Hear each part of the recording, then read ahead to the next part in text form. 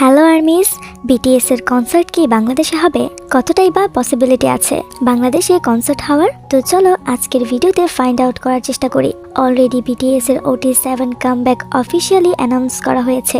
দীর্ঘ একটা সময় পর একসাথে ফিরছেন তারা। পুরো ফ্যান্ডম একসাথে অপেক্ষায় আছে তাদের ওয়ার্ল্ড ট্যুর দেখার জন্য। বাংলাদেশি আর্মিদের জন্য একটা সুখবর, কারণ 2026-এর ওয়ার্ল্ড ট্যুরে এশিয়ার নতুন কিছু দেশকে তালিকায় রাখা হবে। তো চলো এবার আমরা জেনে নিই কোম্পানি মানে বিটিএস এর ম্যানেজমেন্ট কোম্পানি কিভাবে কনসার্টের জন্য দেশ নির্বাচন করে। মন দিয়ে শোনো। প্রথমত, তারা এমন কান্ট্রিগুলোতে কনসার্ট রাখে যেখান থেকে বিটিএস কে প্রচুর পরিমাণ সাপোর্ট দেওয়া হয়, যেমন সং স্ট্রিমিং চার্টে যে দেশগুলো সবসময় উপরে থাকে এবং যেখানে বিটিএস এর অ্যালবাম প্রচুর পরিমাণে সেল হয়। দ্বিতীয়ত, এমন দেশ যেখানে বিটিএস এর হাই লেভেলের কনসার্ট করার জন্য পর্যাপ্ত পরিমাণ সংখ্যায় আর্মিদের জন্য বড় বড় স্টেডিয়াম ভেন্যু থাকে। কমপক্ষে 60 থেকে 90 হাজার দর্শকধারী কয়েকটি স্টেডিয়াম থাকা জরুরি, কারণ কোম্পানি সেখানেই যাবে যেখানে তাদের প্রফিট বেশি আসবে। কারণ স্টাফ সহ ফুল 400 থেকে 500 লোকের একটা টিম নিয়ে তাদের কাজ করতে হয় এবং বিভিন্ন জায়গায় ট্রাভেল করতে হয়, যেটার কস্ট প্রচুর পরিমাণের। কনসার্টের ভেন্যু সাজানো সব মিলিয়ে কোম্পানিকে একটা কনসার্টের জন্য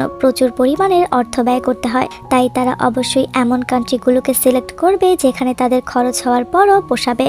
তৃতীয়ত, যে সকল কান্ট্রিগুলো পাওয়ারফুল তারা সবসময় চায় বিগেস্ট কনসার্টগুলো যেন তাদের দেশে হয়। এর কারণ হলো ট্যুরিস্ট।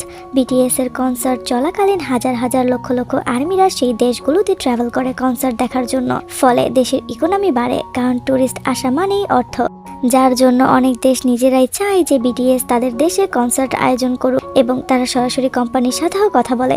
এবার আসি মূল বক্তব্যে। এই 3টা ধাপ শোনার পর তোমার কি মনে হয় কতটা পসিবিলিটি আছে বাংলাদেশে আসার? তো চলো শর্টকাটে বলি। এখন এই 3টা বাংলাদেশের সাথে মেলাও। আমাদের কান্ট্রিতে বিটিএস এর অ্যালবাম মার্চ অফিসিয়ালি খুব কম সেল করা হয়। বছরে গণা বাছা খুব কয়েকটি চার্টে আমাদের নাম দেখা যায় এবং আমাদের বিশাল কোনো স্টেডিয়ামও তৈরি নেই। কিন্তু বিটিএস এর কনসার্টের জন্য 3 থেকে 4টা বড় ভেন্যু লাগবে যাতে কনসার্ট সফলভাবে করা যায়। শুধু একটা দিনের কনসার্টের জন্য বাংলাদেশে আসার চান্স খুবই কম। তবে যেহেতু এশিয়াতে নতুন কান্ট্রি যোগ করা হবে, সেহেতু হলেও হতে পারে বিটিএস বাংলাদেশে আসতে পারে। দেখো, আমি এখানে নিজে থেকে কিছু বলিনি। কোম্পানি সাধারণত যা করে সেই পসিবিলিটি থেকে আমি তোমাদের জানানোর চেষ্টা করেছি। তবে এটাও ঠিক, যেহেতু ইন্ডিয়াতে আসছে, ইন্ডিয়া থেকে বাংলাদেশের দূরত্ব খুবই কম, সেহেতু তাদের ট্রাভেল কস্টও কম হবে। আসলেও তাদের খুব একটা ক্ষতি হবে না, কারণ আমরা জানি দেশের আর্মিরা না গেলেও বিভিন্ন দেশ থেকে আর্মিরা তাদের কনসার্টে চলে আসে। তো সেক্ষেত্রে হয়তো বা চান্স একটু থাকলে থাকতেও পারে। তো তোমাদের কি মতামত অবশ্যই কমেন্টে জানিয়ে যাবে।